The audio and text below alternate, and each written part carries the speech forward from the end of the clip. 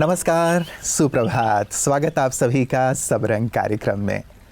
मित्रों, वैज्ञानिक ढूंढ रहे हैं कि मंगल में जीवन है या नहीं, और यहाँ इंसान ये ढूंढ रहा है कि जीवन में मंगल है या नहीं, या मंगल कैसे हो। सचमुच जीवन में मंगल का होना बहुत बहुत आवश्यक है। मंगल का होना अर्थात जीवन में खुशी का होना, शांति का होना, आनंद का होना, सुकून का होना। और ये मंगल तब आ पाता है मित्रों जब हम दूसरों की खामियां देखने की बजाय अपनी खामियां देखते हैं, उन्हें दूर करने की कोशिश करते हैं। जब तक हम औरों में खामियां देख रहे होते हैं तब तक जीवन में अमंगल ही होता रहता है, और जब हम अपनी खामियां देखते हैं, उसे दूर करते हैं, तो जीवन मंगलमय होता चलता है। क्योंकि जीवन में अच्छाइयाँ आती जाती हैं, और जहाँ अच्छाइयाँ हैं वहाँ खुशियाँ ही खुशियाँ हैं। तो आपका जीवन मंगलमय हो। इन्हीं मंगल कामनाओं के साथ आइए चलते हैं आज के सुवाक्य की ओर। ओम शांति। झाड़ू हर घर में पाया जाता है। क्या करता है ये झाड़ू?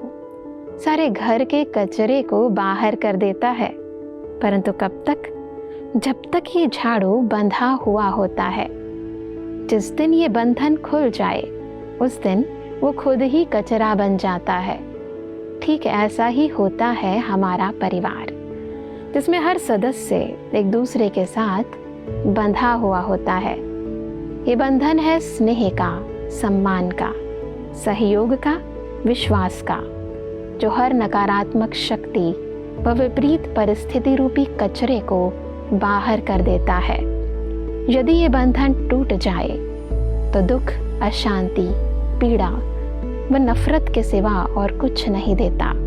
कहते भी हैं कि अकेले में तो हम अक्सर अपनी परछाइयों से भी डर जाते हैं, यदि मिल जाए तो दुनिया को भी जीत जाते हैं। ओम शांति। मित्रों, कहते हैं ना जिक्र कर ना फिक्र कर, बस अपने जज्बातों की कदर कर। जो तेरा है वो तुझे मिल ही जाएगा, बस अपनी बारी के आने का सब्र कर।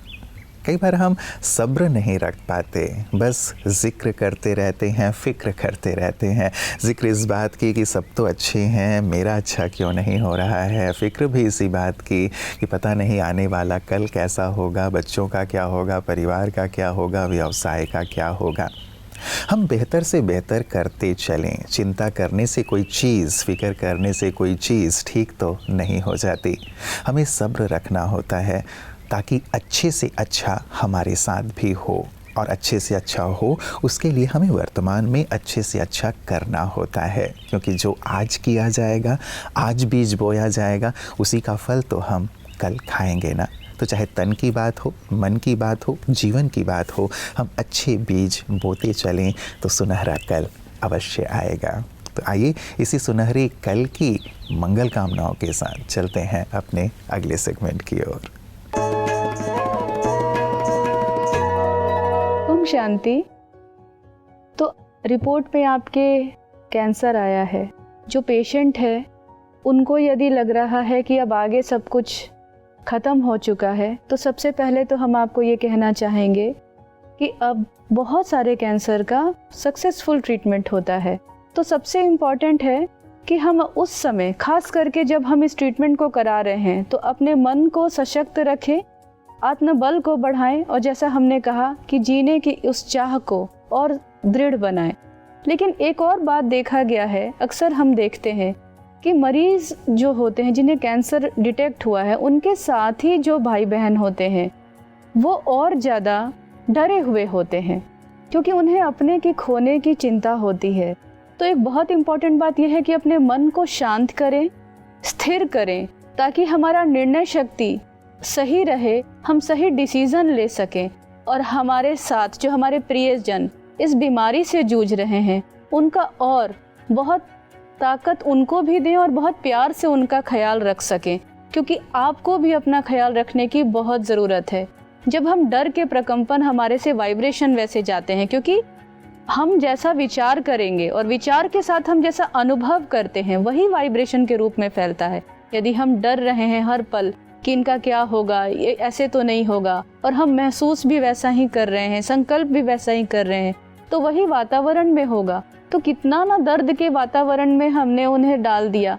तो हम आपको यही सलाह देंगे जो परमात्मा हमें बताते हैं कि आप भी राजयोग मेडिटेशन का अभ्यास करें, अपनी आत्मा को सशक्त बनाएं, ताकि आप अपने प्रियजनों का बहुत बेहतर से ख्याल रख सकें और हम मिल के फिर इस बीमारी से आगे आ सके।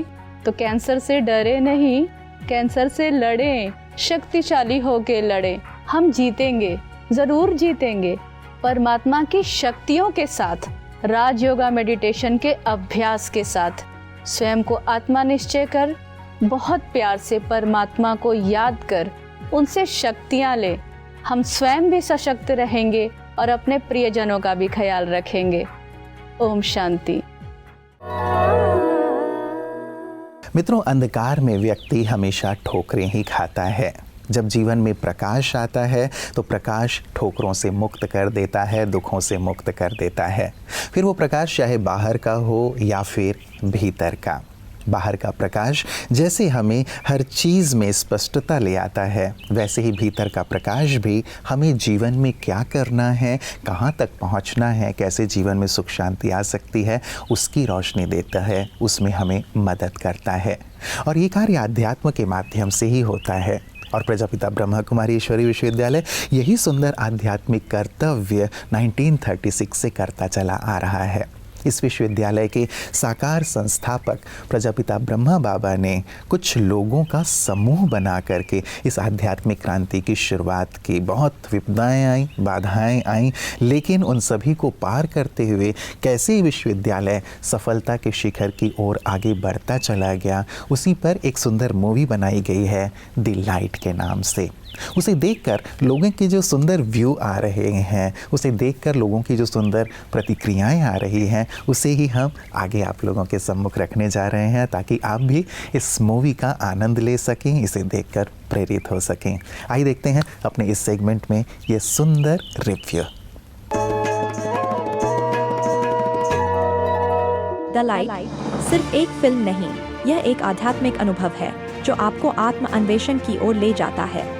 प्रजापिता ब्रह्मा कुमारीज ईश्वरीय विश्वविद्यालय के संस्थापक के जीवन पर आधारित द लाइट आपको परम प्रकाश से जोड़ेगी और आने वाली स्वर्णिम युग की दुनिया की तस्वीर दिखाएगी। इस फिल्म को गोवा के 54वें इंटरनेशनल फिल्म फेस्टिवल में भी चयन किया गया था। दरअसल पूरे ही भारत भर में यह फिल्म दर्शकों को दिखाया जा रहा है, जिसके रिव्यूज की श्रृंखला आपको दिखाई जा रही है। आज फर्स्ट टाइम मुझे इनवाइट किया गया और मेरे लिए थोड़ा सा अलग था कि मैं मूवी आई और मैं थोड़ा सा ट्रैवल में इतनी ज़्यादा डिस्टर्ब थी, लेकिन ये मूवी देख के मुझे इतनी शांति महसूस हो रही है। सीरियसली मैं तो यही चाहती हूँ इन बहनों के ज़रिए ये मूवी आप सब देखें। आज मैं इतना अच्छा फील कर रही हूँ कि मैं क्या बताऊँ। सीरियसली इस मूवी के ज़रिए जो सिखाया जा रहा है और जो बताया जा रहा है, अगर कोई भी एक पर्सन ये चीज़ को फॉलो करे तो सीरियसली हमारी आत्मा परमात्मा तक जुड़ेगी। और ये सीरियसली आज मैं मूवी के ज़रिए इतना अच्छा कुछ फील कर रही हूँ। मैं तो आप सबको बोल रही हूँ कि ये मूवी देखिए और इस मूवी से सीख लीजिए कि अगर हम ओम शांति के इन लोगों से मिले, इन बहनों से मिले, ये कितनी कितनी पॉजिटिव है, ये कितनी पॉजिटिविटी है इनके अंदर।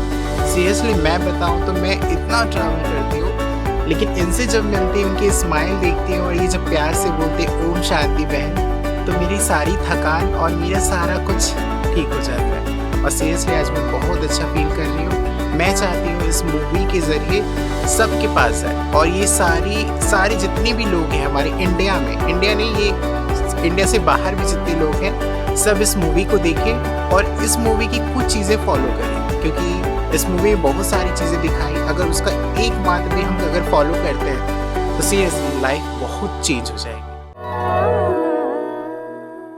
मित्रों, कहते हैं कि जीवन में एक एक व्यक्ति को खुश करने की कोशिश ना करो, केवल परमात्मा को खुश करने का प्रयास करो। यदि वो खुश हो गए, वो प्रसन्न हो गए, तो हर एक जो उनकी रचना है वो स्वतः ही आपसे खुश होगी, प्रसन्न होगी।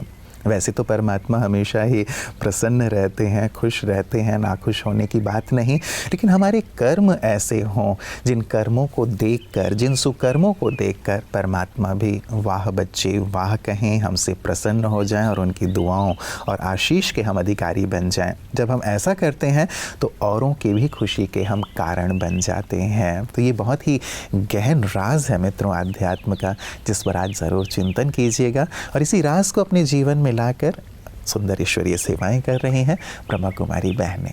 आइए देखते हैं पीस न्यूज़ हाइलाइट्स में। बैसाखी पर्व की शुरुआत 30 मार्च 1699 से मानी जाती है। इस दिन सिख समुदाय के 10वें गुरु श्री गोविंद सिंह जी ने खालसा पंथ की स्थापना की थी। बैसाखी से सिखों के नए साल की शुरुआत भी होती है, इसलिए इस पर्व को बड़े ही धूमधाम से मनाया जाता है। और ऐसा ही पंजाब के मोहाली स्थित बैसाखी के अवसर पर गुरुद्वारा साहिबवाड़ा फेस 5 मोहाली की ओर से नगर कीर्तन निकाला गया। इस नगर कीर्तन का शहर में अलग अलग संस्थाओं द्वारा स्वागत किया गया, जिसमें ब्रह्मा कुमारीज के द्वारा भी फेस 7 में नगर कीर्तन का स्वागत किया गया।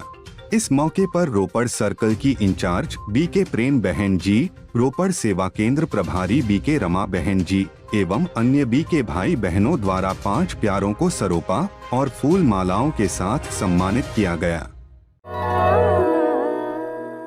मित्रों, जीवन में मंगल कैसे हो, इसकी चर्चा से हमने आज के सबरंग की शुरुआत की थी। हम सभी ये कामना करते हैं कि जीवन में मंगल हो, लेकिन विडंबना ये है कि हमारी इस चाहना के विपरीत अमंगल ही अमंगल हमें दिखाई देता है। कारण क्या है, इस पर गहराई से आज हम सब ज़रूर चिंतन करें। एक बात की चर्चा तो हमने की ही कि जब हम दूसरों को देखने लगते हैं, दूसरों की कमियां देखने लगते हैं, तो फिर जीवन में अमंगल का प्रवेश हो जाता है। ऐसे ही और कौन कौन सी चीज़ें हैं जिनके कारण जीवन का मंगल नष्ट होता है, आज विचार कीजिएगा। और एक चीज़ मैं अपनी तरफ से ज़रूर कहना चाहूँगा कि मंगलकारी परमात्मा का यदि जीवन में प्रवेश हो जाए, समावेश हो जाए, तो सचमुच जीवन मंगल से परिपूर्ण होता चलेगा। तो आपका जीवन मंगलकारी हो, सुखमय हो, आनंदमय हो। इन्हीं मंगल कामनाओं के साथ, शुभकामनाओं के साथ नमस्कार। ओम शांति।